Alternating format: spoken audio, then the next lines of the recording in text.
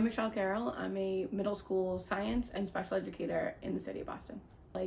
I use OpenSciEd in inclusion spaces with students with disabilities in gen ed, but I also use it in sub-separate spaces with students who are in a life skills, non-diploma track type of learning environment. And all of those things, all of those kids can think, and therefore all of those kids thrive in the space of OpenSciEd.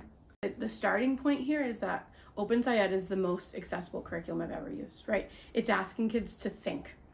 All kids can think, right? It's like that. It's just the bare bones of a learner, right? And they all bring their own perspectives that are all super valid to the work.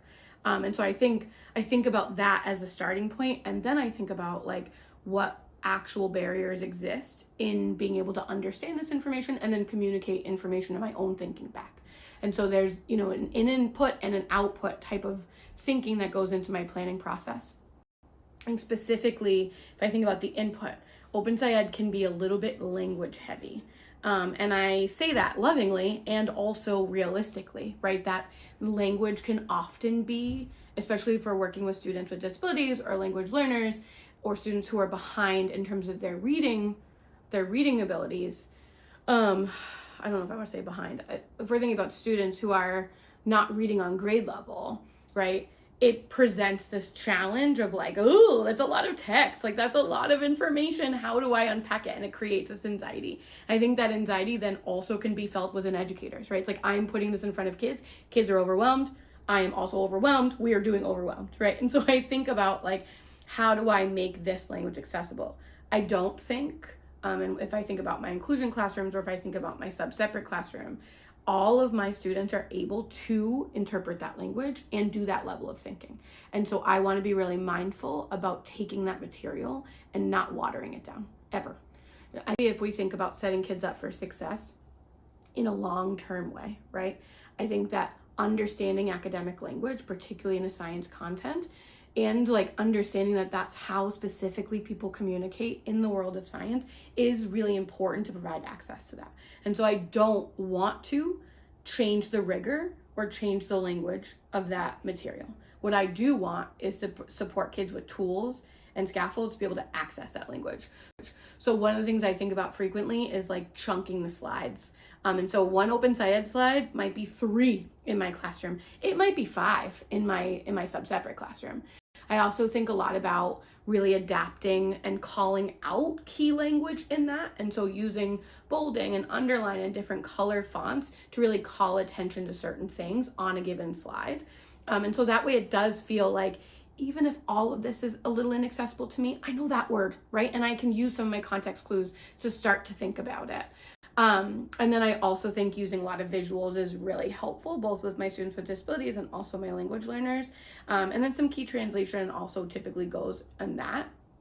And I would say the same for recording sheets. It's I never want to change the procedures, right? But adding a visual to really complicated language of in fact, what we're going to do with this car in this investigation looks like this, that provides an accessibility without actually communicating to a child that the language needs to be changed, right? That the language is too much for them, right? It's actually just not. It's not too much for them, right? And we have to believe that in our full heart of hearts when we're planning for kids.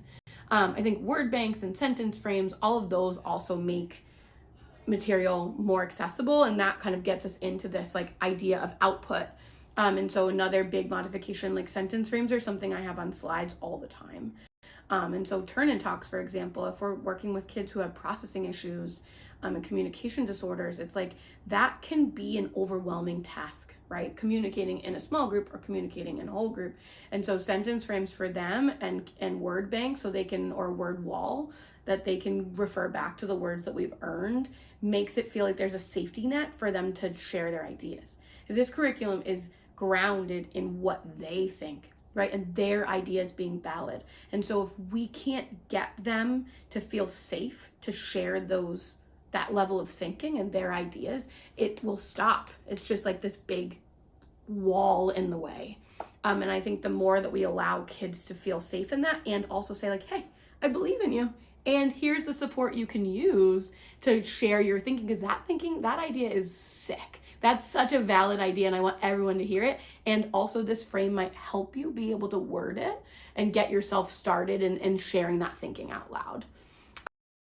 I think modeling starts to think about science writing in this totally new way that is so accessible to kids, right? And so I think kids can sometimes be intimidated by it. But how many times have we spent in standard curriculums being like, writing is really hard, maybe we could do a picture too, right? Or you look at any of like elementary work and it's like frequently there's a space for them to write a little paragraph and then draw a picture with it, right? And somehow we kind of strayed from that being a way that we communicate information. But actually it's such a helpful tool in science to communicate what you're thinking.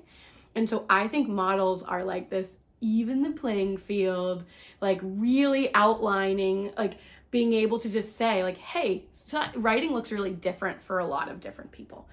So for me, a gotta have it checklist as a shared communal activity is an access point for all learners to say like, hey, these are the ideas we just have captured in these really cool conversations. These are the components of this model that we really think should be in there and the interactions that should be in there. So I think that is one thing I always do with modeling.